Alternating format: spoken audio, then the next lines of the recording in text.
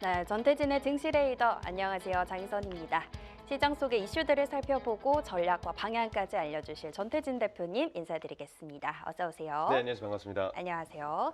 저희 증시레이더 요 영상이 요즘에 네. 반응이 굉장히 좋습니다. 그러니까요. 우리 MC님 덕분에 네. 조회수가 굉장히 많이 올라가는데 이번 주도 한번 1등 한번 해봐야 되지 않을까 생각이 됩니다. 네, 대표님이 항상 이 굉장한 이슈들을 너무 흥미롭게 설명을 잘 해주셔서 저도 모르게 표정이 막 안 눌러볼 수가 없다고 그렇게 말씀들을 주시던데 오늘도 또 어떤 이야기 준비해 주셨을지 네. 기대가 됩니다. 또 5월을 준비해야 하는 시점이기 때문에 어떤 이슈들, 어떤 전략들 가져오셨을지 바로 또 본격적으로 만나보도록 하겠습니다.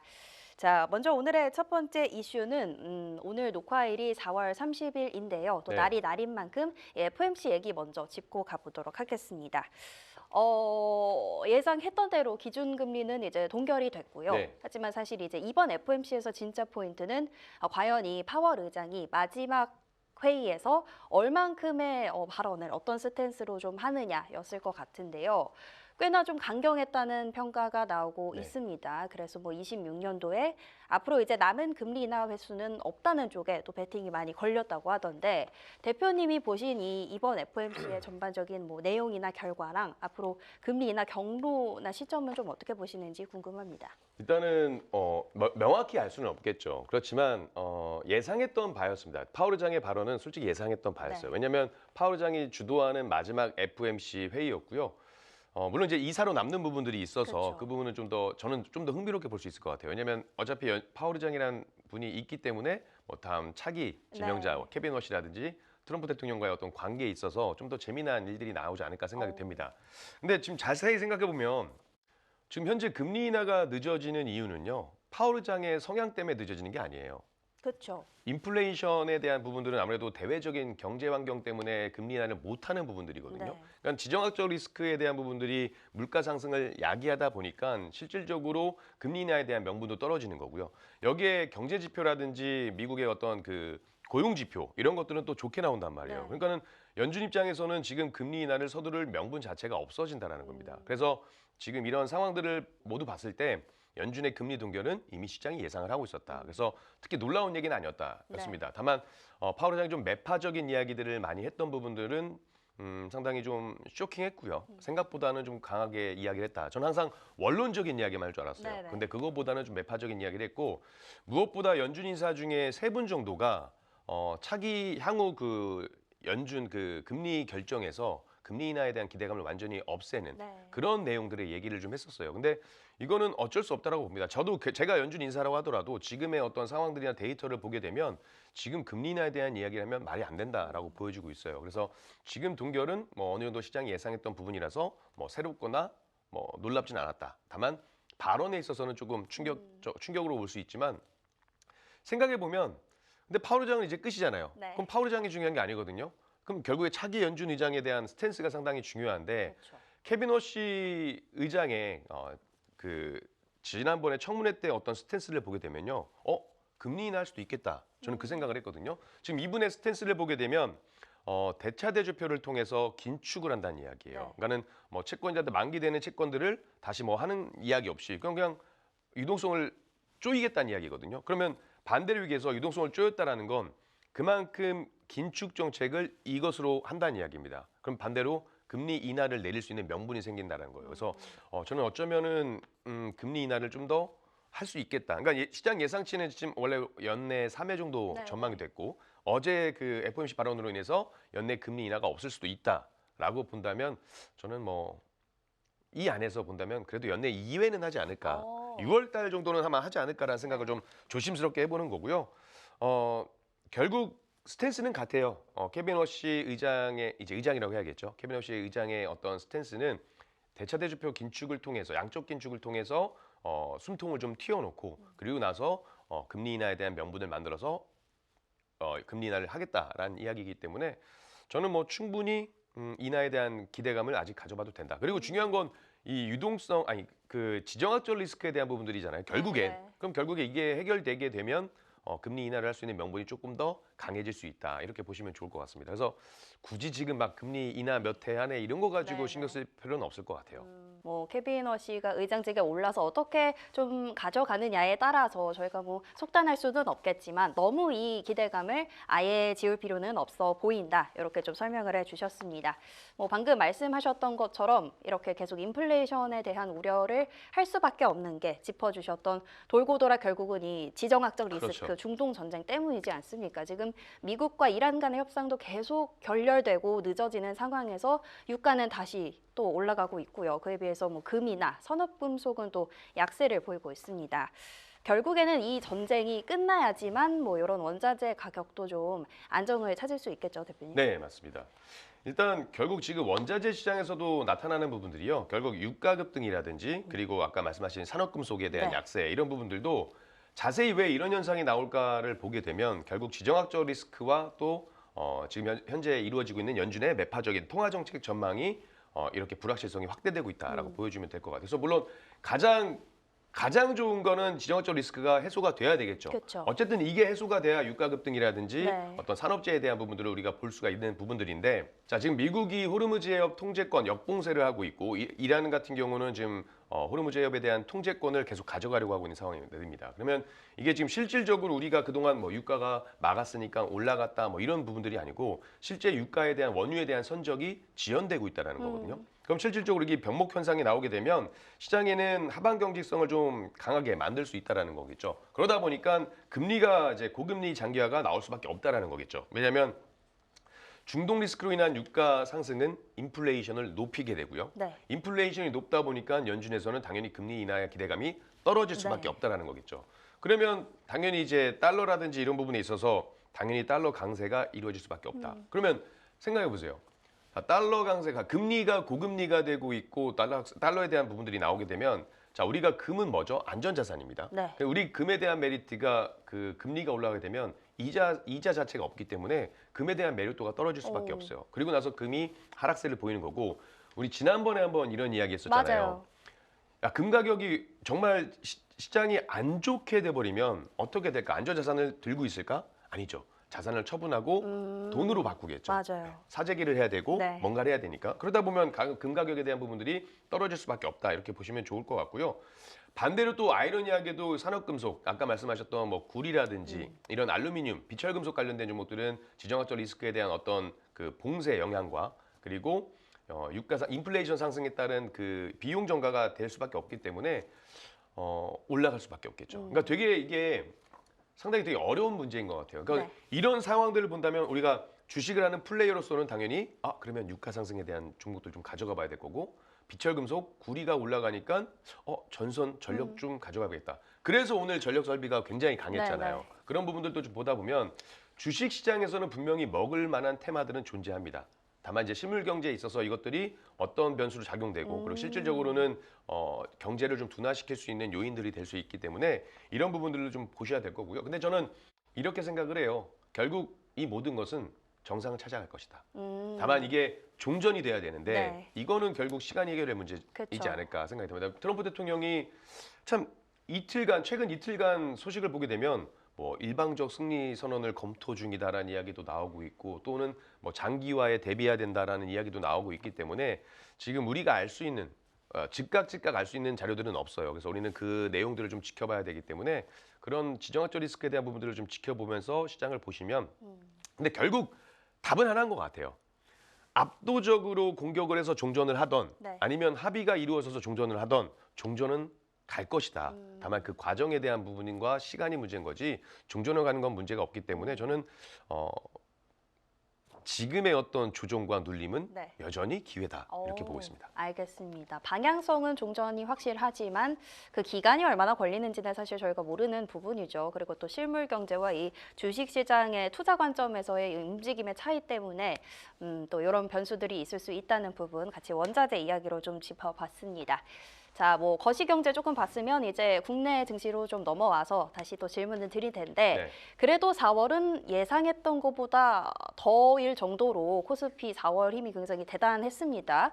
월봉상으로도 굉장히 네. 꽉 찬 이 양봉을 보였는데 6,700포인트 터치도 했고요. 그러다 보니까 전망치도 계속해서 올라가고 있습니다. 뭐 7,200, 8,000포인트 전망까지 나왔는데 또 5월에는 세린 메이라는 얘기도 있잖아요, 그렇죠. 대표님. 뭐 조정이 나올 수 있을 것 같다. 그래서 더 대비해야 한다는 의견도 보이는데 대표님이 보시는 코스피 시장의 전망은 좀 어떤가요? 제가 여기에 대한 답은 지지난주 영상에 아마 있을 겁니다. 네. 7,000피 가자라고 가자. 했거든요. 네. 근데요, 당연히 전 지금도 그 의견은 견지를 하고 있어요. 그리고 방금 말씀하신 것처럼 네. 5월은 세린메이다. 네. 물론 과거의 데이터와 과거의 경험을 우리가 무시할 수는 없습니다. 네. 근데 저는 이렇게 생각하죠. 아까도 말씀드렸지만, 조정은 기회인데, 눌림은 기회인데. 그러니까 저는 그렇게 생각을 해요. 물론 이제 종목을 100% 가지고 있는 분들께서는 수익률이 깎이는 부분이니까 좀 네, 아쉬울 네. 수 있지만 높아서 못 샀다? 혹은 내가 현금이 좀 있는데 종목을 매수하고 싶은데 너무 높았다? 그런 분들한테는 오히려 이 세린메이가 저는 기회라고 보고 있어요. 네. 왜냐하면 방금 지정학적 리스크 글로벌 매크로 환경은 되게 암울해요. 네. 화가 나요. 지겨워요. 지루하고. 그렇죠. 그런데 국내 증시만 본다면 핑크빛 무드가 좀 더 많다라는 거겠죠. 왜냐하면 결국 코스피 지수에 대한 이야기를 먼저 드리면 코스피는 반도체가 주도를 하는 네. 시장이죠. 근데 보시면 지금 반도체 업황에 대한 슈퍼 사이클, 제가 이거는 더 말씀드리지 않아도 아마 시청자분들도 더 많이 아실 거라고 생각이 되는데 네. 여기에 더불어서 최근에 실적으로 증명되고 있는 내용들이 상당히 많다라는 거겠죠. 그렇죠? 최근에 빅테크 기업들의 실적도 마이크로소프트, 네. 메타, 알파벳 오늘 빅테크 기업 4개 기업의 실적이 다 예상치를 상회했습니다. 네.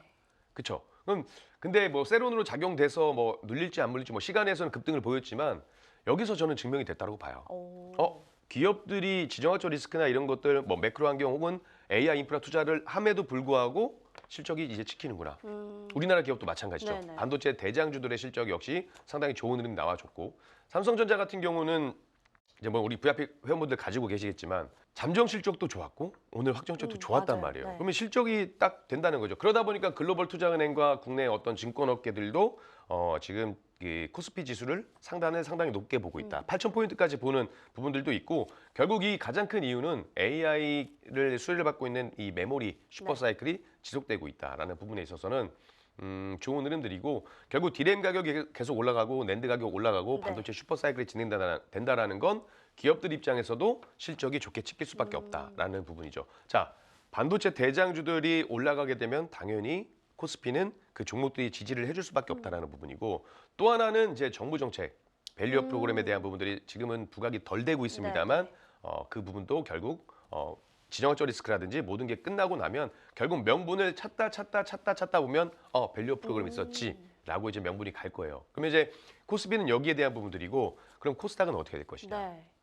저는 코스닥이 이번에는 코스피보다 코스닥이 조금 더 강할 거라고 봅니다. 오. 왜냐하면 코스피는 많이 올랐어요. 그렇죠. 대략 4월 9일 저점 찍고 나서 한 3배 정도가 올랐고 코스닥은 2배 정도밖에 안 올랐어요. 그러면 상방rum이 코스닥밖에 열려 있다라고 보시면 좋을 것 같고 최근에 실적에 대한 부분들은 마찬가지지만 2차 전지라든지 이런 기업들의 실적도 좋게 나오고 있습니다. 근데 코스닥이 좀 아쉬웠던 건 코스닥 시가총액 상위 종목들이 제약바이오 섹터하고 그쵸. 2차 전지였어요. 근데 제약바이오 섹터 최근에 악재가 많았죠. 알테오젠도 마찬가지였고 에비엘바이오도 있었고 그리고 삼천당제약 이렇게 개별적인 악재가 있는 종목들이 좀 있었고 그런 종목들이 밀리다 보니까 코스닥이 좀 조정을 받았던 것도 사실입니다. 근데 이제 악재가 어떻게 됐어요? 반영이 된 거겠죠.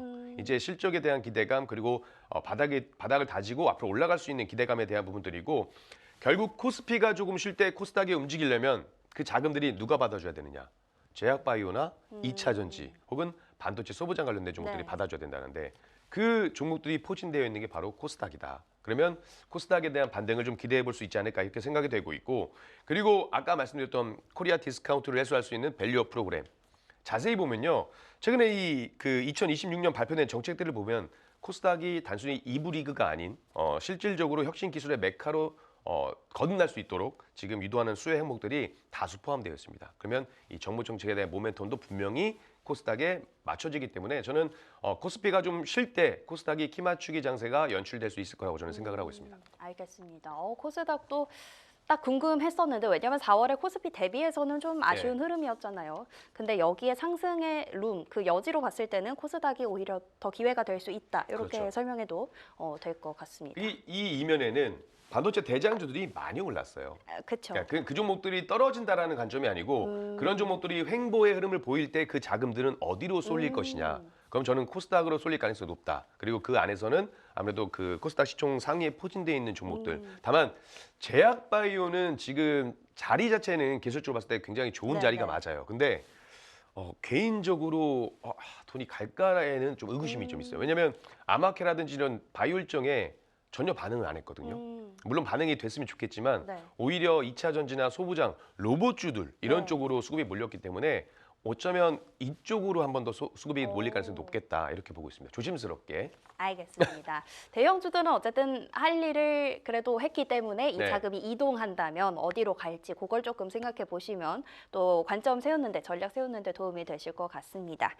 자, 앞서서 뭐 반도체 AI 관련한 이야기도 좀 해주셨는데 짚어주셨던 방금 네. 얘기하셨던 이 M7 쪽에 실적 슈퍼데이가 또 간밤에 있지 않았습니까? 빅테크 4인방 기업들이 실적 발표를 했는데 저는 깜짝 놀라서 EPS가 이렇게 올라갈 수 있는지 뭐 구글이라든지 그쵸. 메타라든지 굉장히 놀랐는데 여기서도 포인트는 사실 이 캐펙스 투자의 가이던스였단 말이죠. 일단은 다 늘린다고 발표를 했고요. 그런 와중에 사실 그 전에 뭐 오픈 AI가 매출 전망치에 뭐 도달하지 못했다. 또다시 버블론이 좀 나오는 상황인데도 보면은 또 막대한 투자는 계속되고 있는 분위기입니다. 이거를 저희가 좀 어떻게 해석해야 될까요? 자, 일단 기본적으로 AI 버블론에도 불구하고 왜 투자를 확대하는지가 가장 중요한 것 같아요. 지금 솔직히 말해서 AI 버블론을 계속 야기시키는 건요. 오픈 AI예요.